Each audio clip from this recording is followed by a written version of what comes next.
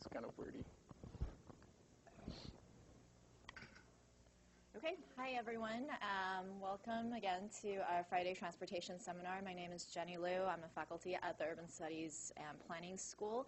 And today we're very happy to have with us Ben Stabler, who is a senior supervising planner with PB Systems and Analysis Group, and he specializes in travel modeling systems development application and is an expert in travel demand model development and software development. So today he's going to talk to us about the Idaho Statewide Travel Demand Model trip matrices, and he's going to be using cell phone origin destination data to tell you about that. So welcome, Ben.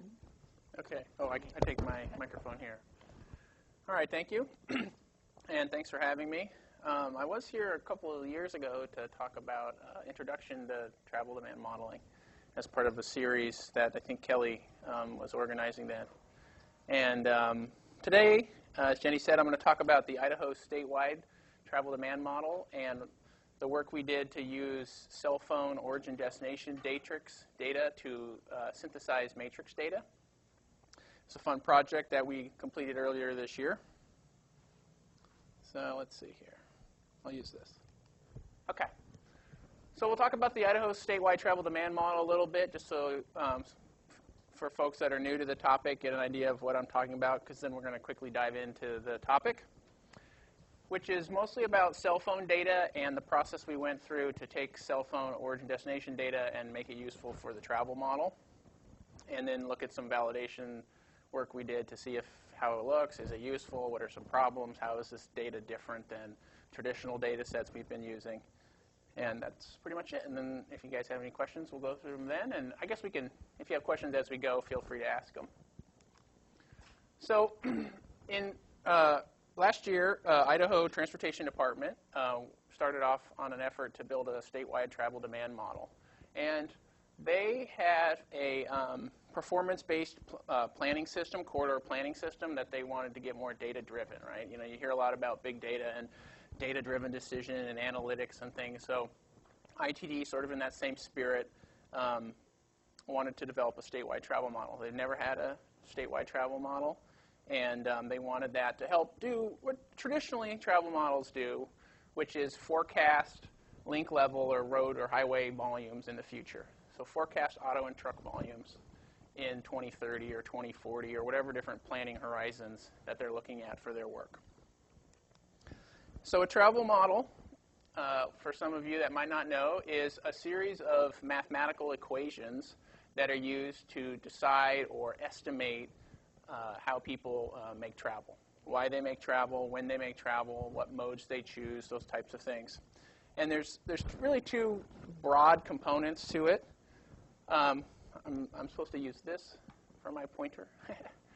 The supply and the demand. And the supply is the transportation network, right? Those are all the roads, the bus routes, all the information that you can use to get between A and B. And the demand is the trips, the travel people are making, all right?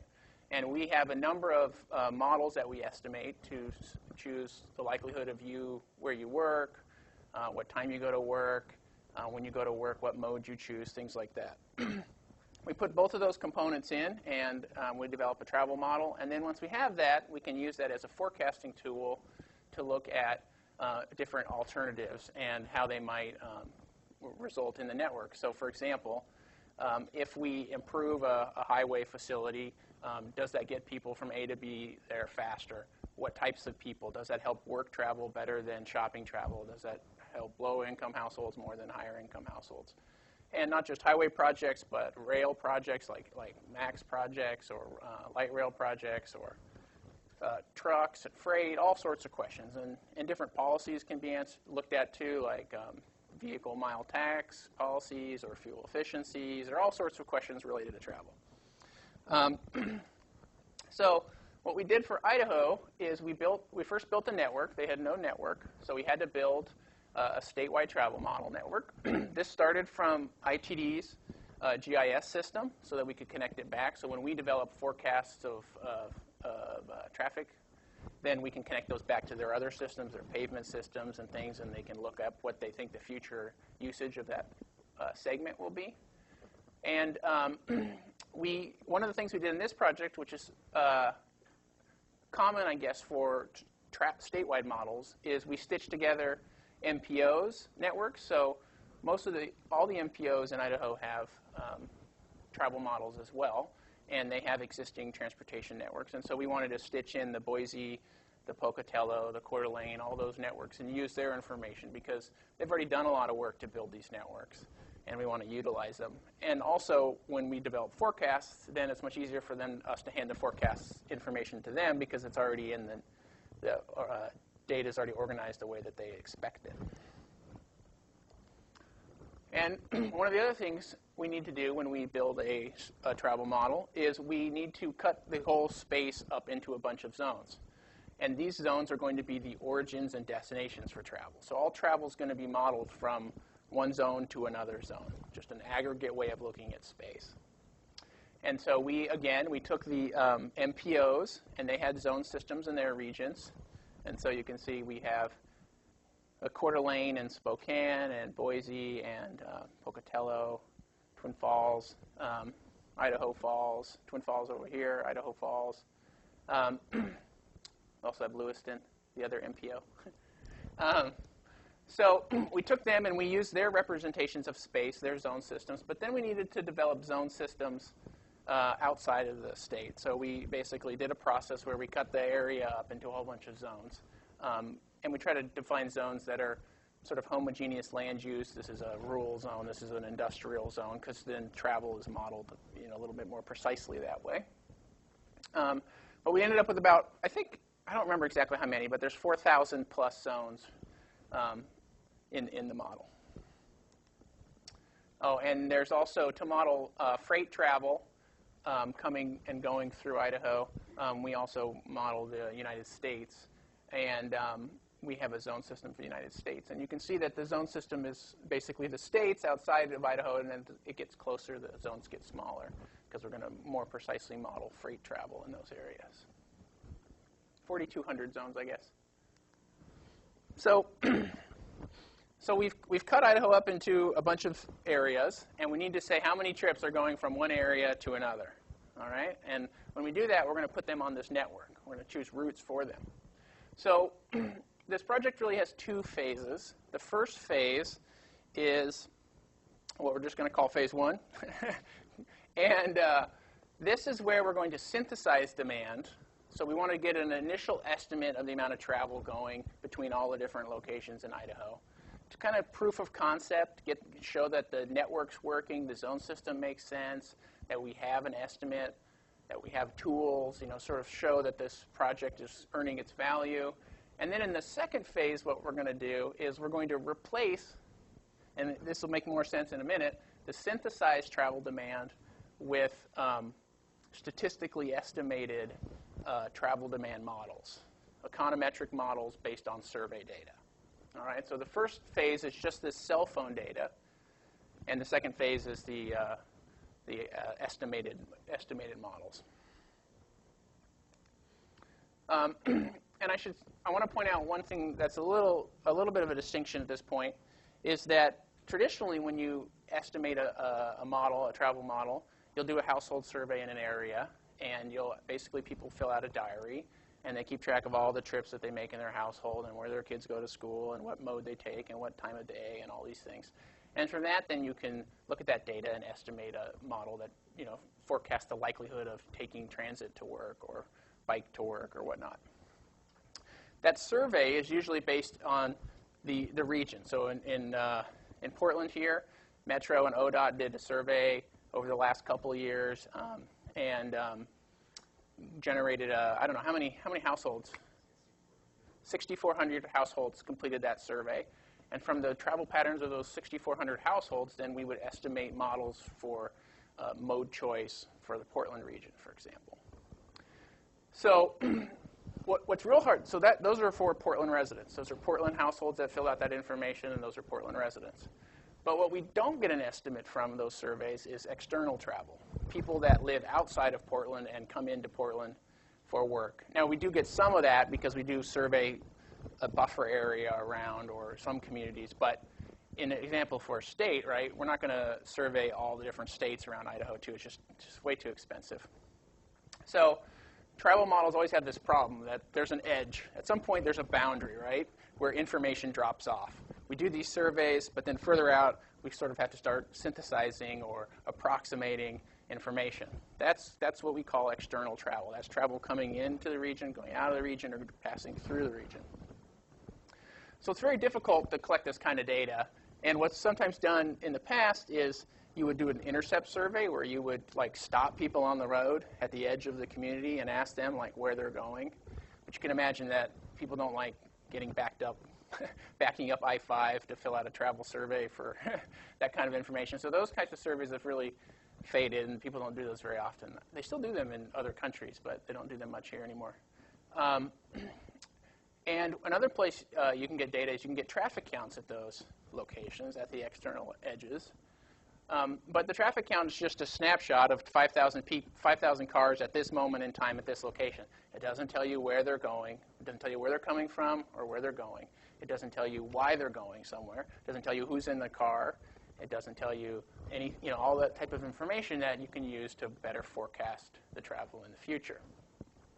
So, so the models that get built for this external travel are usually quite simple. And usually just based on traffic counts. So you would take the traffic counts around the edges and you would factor them up based on some growth rates, and maybe you have an old survey, an origin destination survey that you would use or something, but very simplistic methods. So what comes along instead is now is cell phone OD data, right? Almost everybody has a cell phone. Some people have more than one. And there's all these cell phones wandering around, and I'll talk about this more in a minute. And every time they talk to the cell network, the cell network records their lat, long, and time in day, the time of day. And that information can be used to synthesize travel patterns based on the cell phones moving around in space. So this cell phone data is quite useful for travel modeling, and it's especially useful for this external travel because we have almost no data on people coming into the state of Idaho, going out of the state of Idaho, traveling through the state of Idaho. And so what you'll see here is I'll talk some more about what we've done, but we're going to use this cell phone data for internal travel, for resident travel in Idaho, and also for the external travel. So in the first version of this model, we take the cell phone OD matrices, which I'll show you in a minute how we built those, and we synthesize them to generate an auto and a truck demand matrix, the amount of travel for autos and trucks between all the different parts of Idaho. And we assign those to our network. We choose routes for all of them. And then we're going to have forecasted volumes for autos and trucks on all our links, all our roads in Idaho that we've modeled. So you can see in the first version, we just have autos and trucks based on cell phone data. And in the second version of the model, we're going to have econometric models that were estimated from survey data to forecast long and short distance travel for persons. And then from some freight data that's available at the national level, we're going to build short and long distance freight models as well. Then once we have that, we have a lot more depth, a lot more comprehensive description of travel. And then we'll put those onto the network, so we choose routes and get volumes and all that stuff, for a whole bunch of different types of users, short and long haul, employment and non-employment or retail-based travel, tourism travel. So we have a lot better understanding of our system and who's using it. In this first version, our system is just talking about there's autos and there's trucks. And in the second version of our system, we have a lot more types of markets or users. So the first version is our cell phone OD data. All right, so we bought data from Airsage, and Airsage has an exclusive agreement with Verizon and some of the other cell phone companies to process and sell the cell phone origin destination data. And like I said, every time your cell phone gets an email, sends a text, receives a text, makes a phone call, does GPS, anytime your cell phone talks to the cell network, the location, the X, Y, and T, and the time are recorded into a database. And Airsage then processes this humongous database. I don't even know how big it is, but it's billions and trillions of records, because there's over 100 million cell phones in the Verizon data set, I think. So 100 million cell phones every day, all day long, every single time something happens on the communication-wise gets put in this database. And then what they're going to do, and I should say, like, so then they process this database. So what they have some rules like your cell phone, they want to identify where your cell phone sleeps, where your cell phone's home is, right, as a surrogate for where you are. So what you do is you have all these points of where this information's happening in time, and you look at these clusters. And you'll get a cluster of where the phone sleeps, and you'll look at like a month worth of period, and if the cell phone sleeps, say, 25 nights at this in this cluster, then we're going to call that your home. And if the cell phone is resting or works at some location, if you're a student like Portland State, then we're going to call that your school location. Okay. Once we've done that, and then there's some other things like cell phone has to stop for more than 5 minutes before it counts as stopping at a place, making it a trip rather than just sort of drive through McDonald's or something. That sort of doesn't really count. There's some questions about that kind of stuff, but I'll skip over those for now. So once we can code, so it's pretty important to be able to code home and work locations. These are pretty important ideas in modeling people's daily travel. So we can do that once we do what I talked about. And then we can identify home to work travel. Basically, once we've done that, we can define home to other locations, shopping, dentists, things like that. And then we can also identify non-home-based travel, which is travel that's not happening with one end at home, from coming or going to home. These are like principal ideas in travel modeling. These are like the 3 original types of travel in travel modeling. And so that works pretty well for converting cell phone data into the travel model way of thinking about travel. And we can also identify residents versus visitors, right? If the cell phone's sleeping most of the nights in the state of Idaho, then we call it a resident. And if the cell phone doesn't appear most of the nights in the state of Idaho, then we call it a visitor.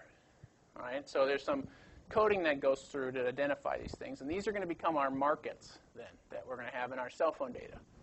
Resident, trips by trip purpose, and then just visitor. We don't know the home location of the visitor. Well, we can actually figure it out. Airsage can figure it out. It's somewhere in Utah, but we don't have that in our data set because we've only processed the data in the Idaho area. So after that data set gets built, then Airsage does some expansion process because this is just a sample, right? This is supposed to be representative of the population, but the cell phone coverage is, maybe biased towards younger people, wealthier people, I don't know, different biases in the data. So what we want to do, and then the company like Verizon might not be in every city, and so forth and so on. So they go through some process to expand the data set to make it more representative. So what you do is you ask for data, you make a data request. So we got 1 month of data in September 2013. Just the weekdays, because the weekend's a lot different. And as I said, we got these 4 markets, residents by 3 trip purposes and visitors. We only asked for daily travel, just to kind of make things simpler. And I talked about how we had 4,200 zones. We cut Idaho into 4,200 areas. Asking for 4,200 by 4,200 areas of trip patterns is quite expensive. So we reduced that to 750 super areas. The price we thought was quite reasonable. It's a lot cheaper than traditional OD survey information. And just so you know, that the license for the data is only for the project. So we just agree to rent the data from Airsage, essentially. And when we develop our statewide model and we adjust this data set and synthesize further from it, the derivative product can be used though for planning purposes. So let's talk a little bit about that process of disaggregating the data. So as I said, we have about 4,200 locations that we're modeling travel from. So from this area to this area. Oh, I'm not supposed to stand in front of the screen. So from one zone to another and from zones within Boise. So what we needed to do was disaggregate that information down to our more 4,200, our larger 4,200 zone system. We had 750 cell phone locations, and we disaggregated them. So we didn't do anything really that fancy there. We simply took the population and employment in each of our super zone and calculated each smaller zone's share of it and disaggregated the trips to those locations. So we just sort of proportionally allocated them. Once we did that, then we had cell phone flows between our model zones. Then what we do is we assign those, which is find a route through the network for them, give them a path, right? So it's like when you go to Google Maps and you ask for shortest path, a trip from home to work, and it gives you a route. We do that for every trip, right? So we have millions of those. So we basically have a custom travel modeling software that does that for us quite easily. And we choose routes for them, okay? And we just chose routes for them based on the shortest travel time, nothing fancy. And then what we do is we compare the trip lengths, which is the distance that a trip travels, to some census and other data sets to see if it's reasonable. Are we sending our trips too far? Are we sending them too short? Is the distribution of travel, the distance people are traveling, are we representing that fairly? So that's what some of these summaries are. So this first one here is we took the work travel that we got from the cell phone data, so all the resident data that was identified as work travel related. We took it and mapped the distances people are traveling and the frequency of the trips. So you can see we're in this 5 to 10 mile range is most of our travel. And the census is red, and the Airsage is blue, and we're mapping quite well. And we have a good mapping through here at the 15 to 20 mile. We have another bump of people of work trips, how far people are driving for work. We're matching that pretty well. So that looks pretty good. Non-home-based travel, this is statewide. This is all trips in the state, and this is trips not in the MPOs. This is a rural, sort of rural type travel or small city travel. You don't have the same. This is statewide, and so the MPO travel is really dominating it. These are the big cities, and people only driving 5 or 10 miles to work because everyone's in the city. But outside in the rural areas, people are commuting a lot further for work. And so you see a pattern shift here, but you see we're also matching that pretty well, right? So what the census data tells us about people's journey to work, their distance they travel for work, the cell phone data seems to back up as well. So that's a big finding, since we never used this cell phone data before. And we looked at that within each Idaho district, the ITD planning districts, and it was pretty much the same pattern. And then we looked at, so we also had the Compass, which is the Boise MPO travel survey, and we had summaries about travel by different trip purposes, work travel, home-based other travel, and non-home-based travel, and we plotted those distributions as well. And again, we're doing fairly well with the work travel. The home-based other travel, it looks pretty good. And the non-home-based travel looks pretty good as well, but we do have a problem here, a difference, or an opportunity. Now, it's mostly an issue where the non-home-based travel for Airsage is shifted. So you can see here, the blue distribution here kind of shifts a little this way, and the red one, the Compass one, is higher down here. So Compass has more shorter trips than Airsage has. And so that was sort of, that's interesting. And other people who have used this data too, the Cincinnati MPO, OKI, and others have found the same types of patterns.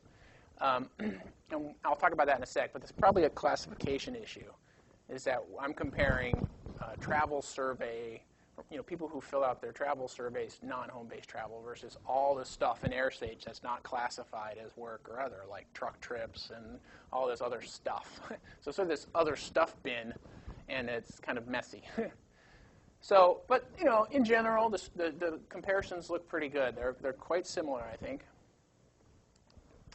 So, and another thing we looked at was the census journey to work trips, the frequency of them compared to the Airsage data. And so the census is a work trip, just one direction.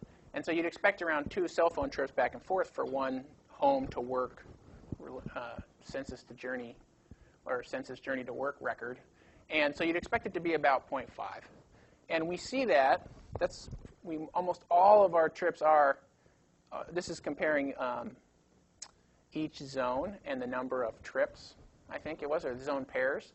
And most of them are about half. So we have about half the number of census journey to work records reported for the number of cell phone work trips, which is what you'd expect. And there's some variation, and this was sort of an issue, this 1.6 way out on the edge there. There's something wrong with the Utah-related data in the data set. It was sort of out on the edge, and so we didn't really worry too much about it, but this is something to take note of. But again, we're getting pretty reasonable distribution of the number of census-reported work journeys to cell phone work trips.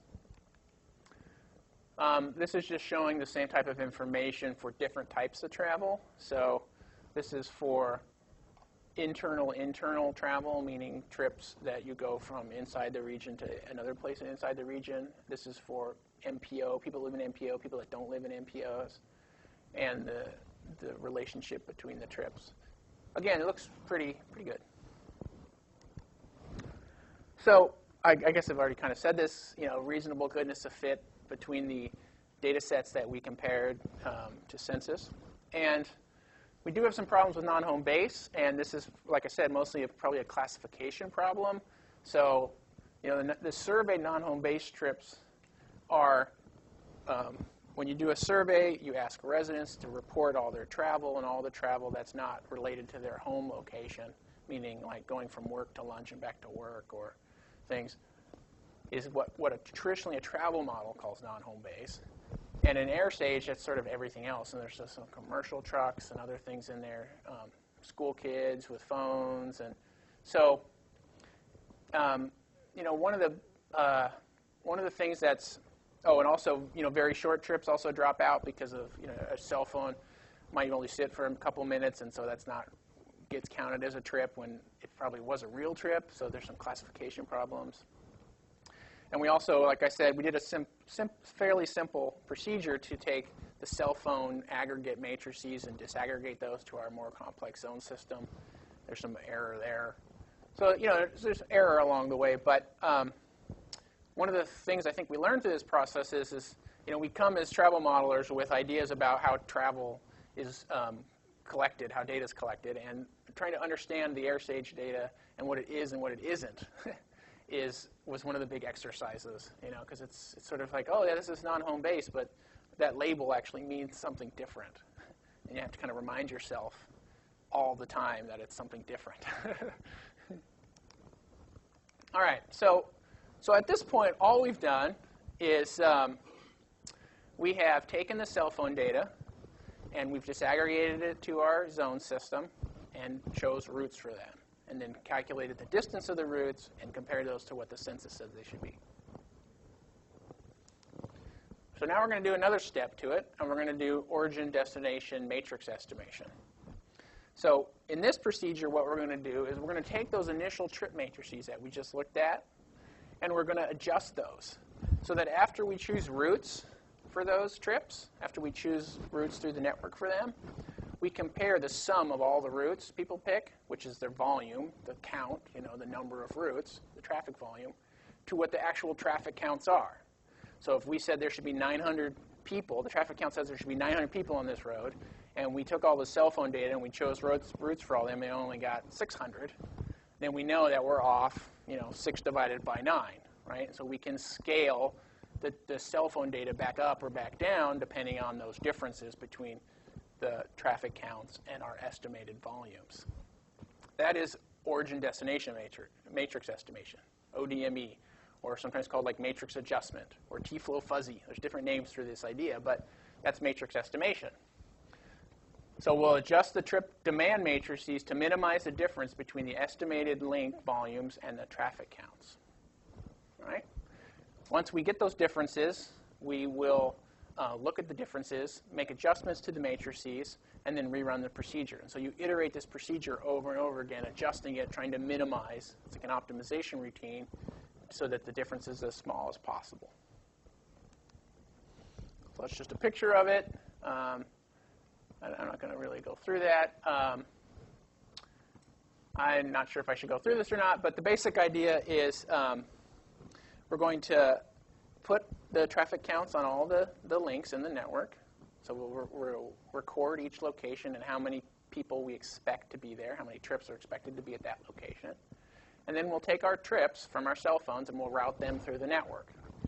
All right? And then we're going to have the sum of the estimated amount of cell phones at that location, and then we have a traffic count telling us how many cars should be there.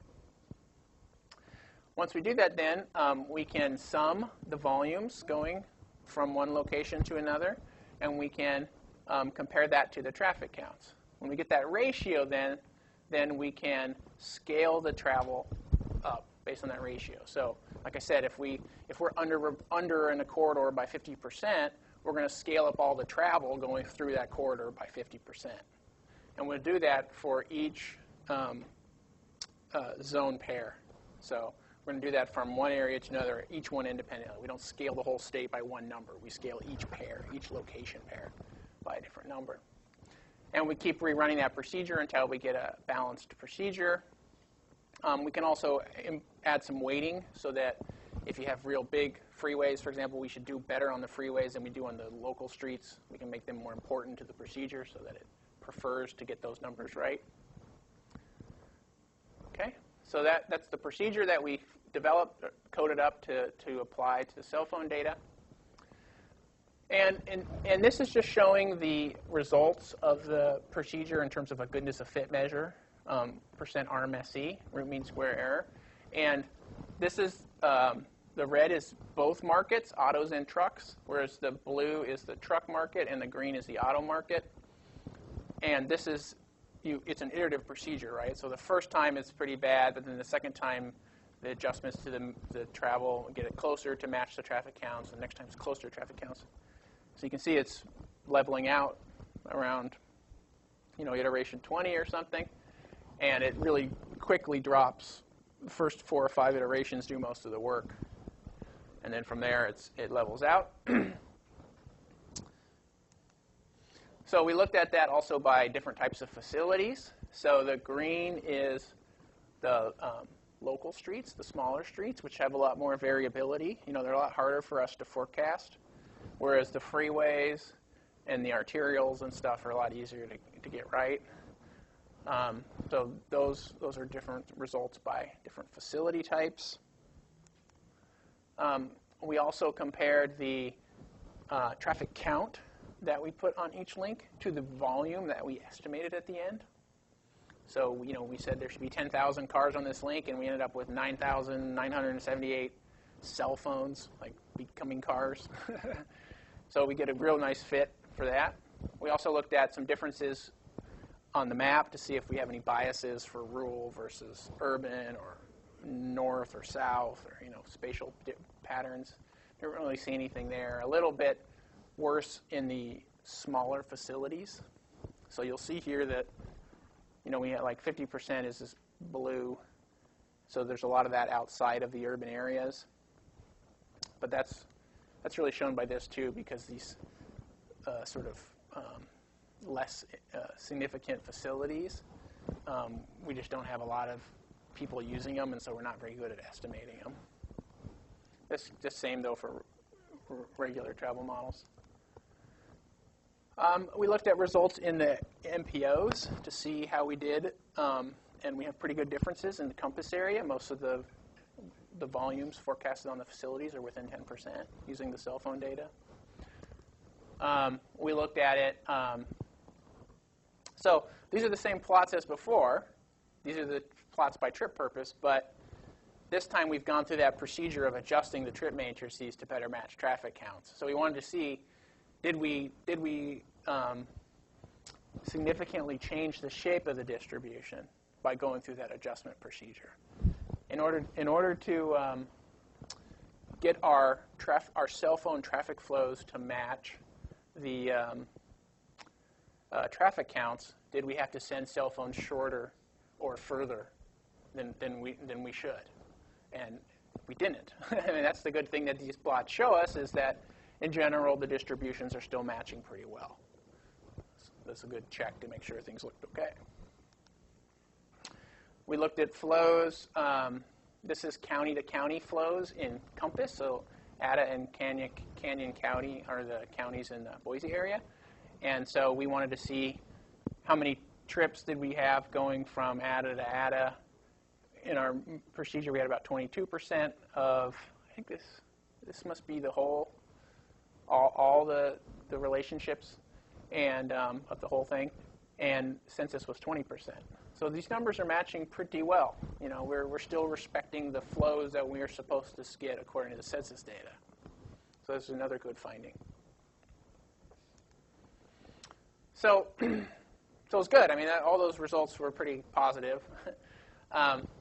So, you know, some criticisms of this procedure is the ODME procedure naively adjusts the demand. So the ODME procedure simply takes a bunch of trips and says, you better match as best you can the traffic counts. I don't care about anything else. All right? It doesn't matter what the land use changes are. It doesn't matter who those users are or why they're going places or what the travel times are or anything like that. It's just like, just match those traffic counts as best you can. So if you're looking at traffic counts and you want to make sure that your forecast tool matches your traffic counts, it's a great procedure because that's its job. The problem with that is it basically overfits your model because your model is no longer real flexible then to other inputs. You can't say that the model is, in this case, the model is not a function of the land use. You can change the population and employment, and it doesn't matter because the procedure has said, I'm going to match these traffic counts, and this is the way I'm going to do it. So you can't really use it as a long-term forecasting tool, like a 20 or 30-year horizon planning tool. You can only use it for short-term situations where the conditions remain pretty much the same, right? So that's why it's not a long-term statewide travel demand model. It's sort of an interim version of the model. But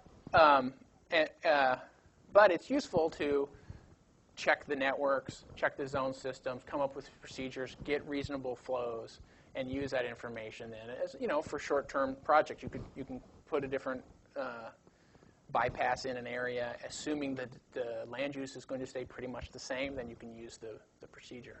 So, in the second phase, which we're doing now, we're going to replace that procedure. We're not going to use it. We're going to replace it with traditional travel demand models that are a function of land use, because that has the planning levers in it that we want to turn for planning studies. So like I said, ITD wanted a phase one model, so they kind of get things up and running and sort of proof of concept, get a lot of the procedures working. I mean, going through the procedure of developing this, found a lot of problems in our network, found problems in our zones, found problems in our trip matrices that we cleaned out and fixed and everything. I should also say, and then the other thing is that, as I mentioned earlier, we're going to replace the ODME data for the internal travel, for residents of Idaho. But for the external travel in Idaho, we don't have any other data. So we will use the matrix data, the cell phone matrix data. So we're going to continue to use that for the external travel, just not the internal travel. And a couple comments about the cell phone data. I mean, the cell phone data was really, really good data set for generating these matrices.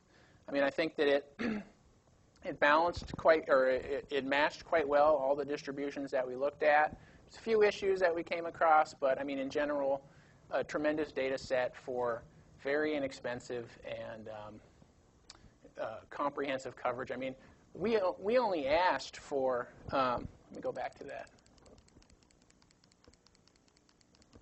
request. Where's the request? Oh, too far.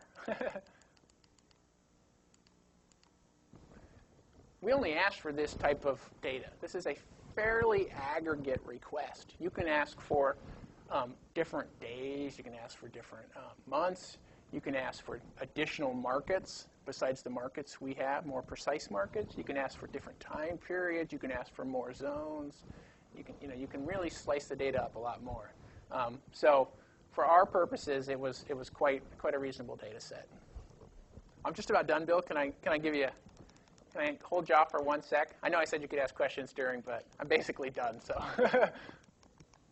so anyway, that's the work that we did to develop these matrices. And if you have any questions, David Kladner at ITD is the project manager for ITD, so he's a good person to talk to, or you can talk to myself, or Bob Schulte at DKS also helped work on the work. And we're developing a statewide freight model. And so this was one of the commodities that we needed to model in the model. All right, Bill, what's your question? How did you get to the auto truck split using cell phone data? So we use truck counts. So we just synthesized the matrix to match the truck counts, and we use a non-home base matrix. This is as best you can do. Not great, but we balanced it to match truck counts. Yeah. So on a related note, how do you account for people that ride a bike or take transit? Obviously there's they have cell phones too, and so how does their data get separated out? So a travel model would model bike and walk travel as a part of mode choice. So we would a traditional travel model. So we would choose if you're going to work, choose a location, and then we would choose which mode you would travel. In this process, we take the cell phone data and we match it to auto traffic counts. So we're basically twisting it or forcing it to be just the auto travel.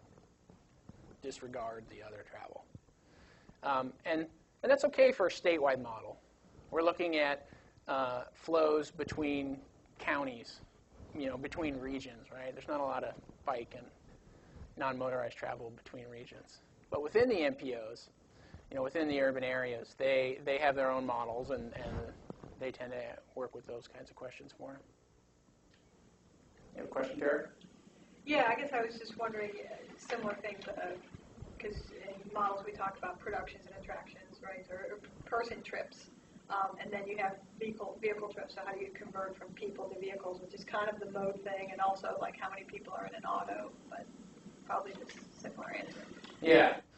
Yeah, I mean, in this step, this is like an interim version of the model, right? So we kind of gloss over a lot of those details. We basically are only modeling auto and truck travel. The second version of the model is the more traditional travel model that has a mode choice model and is sensitive to land use and densities and those kinds of things. Does that answer your question? Okay. Do you have how far are you in the second phase? Have you compared it to what the cell phone came up with? No, we haven't. We're only like halfway through the second phase, so but we will. I mean, yeah, we will for sure. All the same size, and then are the routes between them just calculated center to center, or how do you match your zones with your network data? So the zones are not all the same size. The zones were aggregations of the MPO zones in the MPO areas. And we tried to aggregate them to sort of be, industrial. If these are 5 industrial type areas, then we'll make that one big industrial zone. We didn't try to mix, industrial and residential because they had different trip patterns. And then when we choose routes for them, the distances from one zone to another, we use the network. So each zone has what's called a connector, which connects it, has a centroid, and then the centroid connects it to the network, and then you take the network and then you drive into the center of the other zone. So it's sort of like running Google Maps for all the zone pairs. Yeah. Yeah. I don't know if you really looked at this, but I was curious if you got a sense of how frequently the cell phones are communicating with the network if they're not actually being used. So if it's more than, say, 45 minutes or an hour, then you might lose some of those shorter trips or the non-home-based trips. Yeah. Yes. Fortunately, there's not much we can do. Airsage processes all this data and provides you a data query. Right. I mean, we're not too much data to look at. They've done some QA/QC on their process, but it's their intellectual property is in the procedure of taking the cell phone data, collecting it, processing it, and producing travel data sets. There are some federal research projects to look at that kind of stuff in more detail that Airsage has been involved in and others. Yeah. There's special reason why there's no time of day component. I think the main reason we didn't do time of day was, we're kind of focused on like this interim version of the model, and to model time of day just kind of makes it a little bit messier. Also, the cell phone, I have a little more doubt in the cell phone data once you start to slice it too thin, because then you have 1 hour PM, and then how do you have trips that go across the state in halfway across the state in 1 hour? They won't have any of those trips, and so there's some more classification problems. So it's a little bit cleaner to do it just at a daily level. It's also when you went from daily to 2 time periods, the cost doubled. You go to 4 time periods, it quadruples. So you can get expensive quickly. Still relatively, I think, inexpensive, but still. It was more than the budget we had. Yeah. So I was thinking about how this might be adapted to urban Portland design. So then I was thinking about my own travel around town, which I feel like is fairly typical for Portland. How difficult it would be to, just like in theory, match to something like this, because I might. So for example, I bike down here from OHSU. It's about a mile. I was going at car speed, so Google would probably think I was in a car, but I wasn't. If I was going home, I'd probably take the max, because 84 is a parking lot, which goes right along the highway, but isn't actually the highway. And then if I was going to drive back here, I'd probably also skip the highway, so it'd be off the main arterial, because again, it's like a parking lot at rush hour. And then finally, if I'm going to Portland State, there's basically a square, like 2-3 miles of downtown that might be my final destination on the day and time, depending on where I'm going at Portland State. So I was just thinking about this in terms of the study. I'd be like, wow, that would be a really difficult person, I think, to track in these terms. Well, so imputing the mode is something that you talked about, right, quite a bit. And so there are algorithms to impute mode for GPS data or cell phone data that have pretty good success rates, but there are some problems like you've identified. We didn't really look at mode much in this data set, so the mode question is mostly not on the table for this. And then but in other projects we've worked with GPS data and the mode. One of the things you got to have is you got to have a good network to make sure you can code trips onto the network correctly. You said like, well, my one trip is like right next to this other road, right? So you think that it's going to get that other road, and it might, but maybe based on the speeds or something, it'll pick up the other road. I mean, so there's sort of trade-offs in those procedures, and it's a rapid area of development, and so there's a lot of improvements going on. So. I was just wondering if you knew how they incentivize those obviously time-consuming census questionnaires. I didn't quite hear the beginning. How do you get people to do travel logs? Well, sometimes we pay them. They get. How much did you get for the OHAS? Well, my information's old. I think the 94 survey is $50 a census. Yeah. Yeah. So you usually get something like $1,500.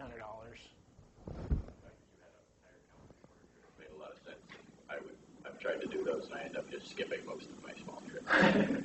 Yeah, it is a problem. It is a problem with self-reported data, right? Is people will self-report what they want, or forget about stuff, or not want to because it takes too long, or it's not worth it. And one of the nice things about passive data sets, like cell phone data, is it gets everything. The problem with that is it doesn't have any information with it.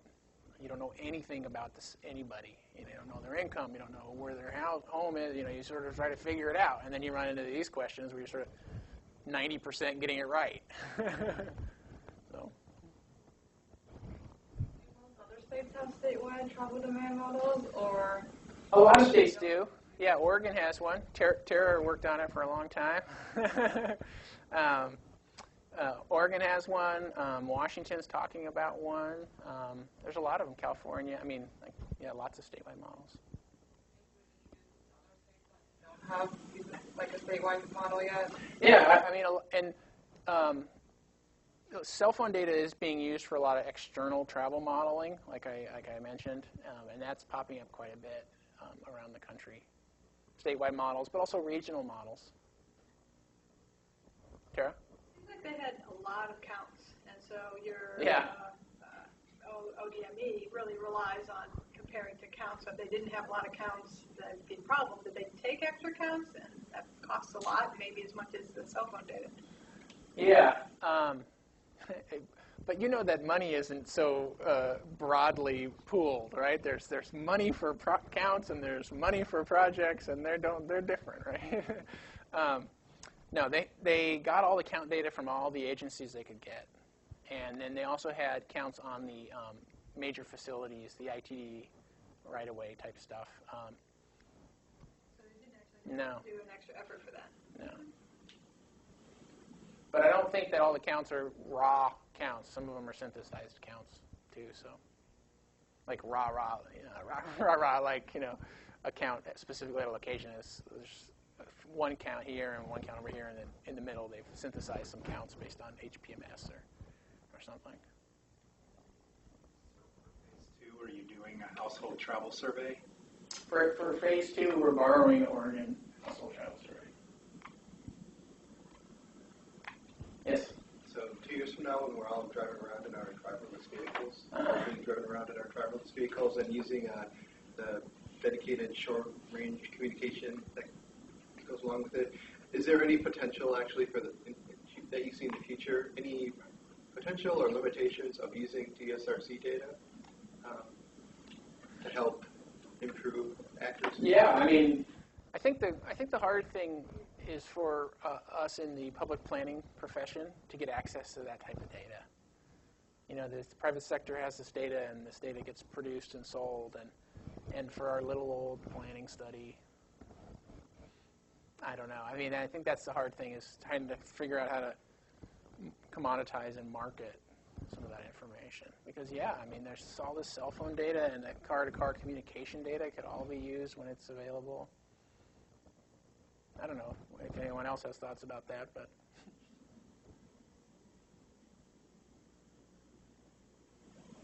Any other questions? Nope. Okay. Oh, one more. Yeah, I guess I was wondering, had you thought about linking this up with other data sets to learn more about the things that you don't know? The time of day, or who these people are, or whether that's a retail shopping area versus another type of trip that they might take. Yeah, I mean, we did do it a little bit with some of the land use data, but one of the challenges I think in this project is it's a statewide model, and as you know, it's a huge amount of data required for a statewide model, and so we have good data in a couple places, and so we looked at some extra stuff in those places, and we did okay. Does that mean that we're okay where we don't have that data? I mean, it's hard to say.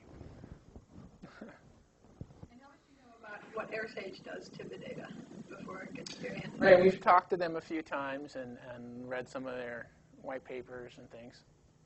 So I have some confidence in what they're doing. The results are pretty similar, and if other studies, they tend to get most of the flows pretty good. So, I mean, it gets, as you'd expect, as the data gets sliced real thin, it starts to have more error. Yeah? And just given kind of concerns just about data, I think maybe largely the federal government and all. Like privacy or something? Or? Privacy issues. Do you see any potential threats to the availability of data in the future, whether in Idaho or elsewhere? I don't know if I'm qualified to answer.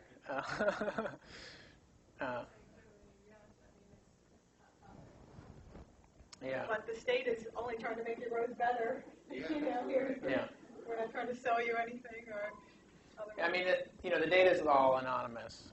By the time the data gets all the way to the state of Idaho from Airsage, there's no way to figure anything out. But then that's one of the reasons Airsage, I think, keeps the data very close.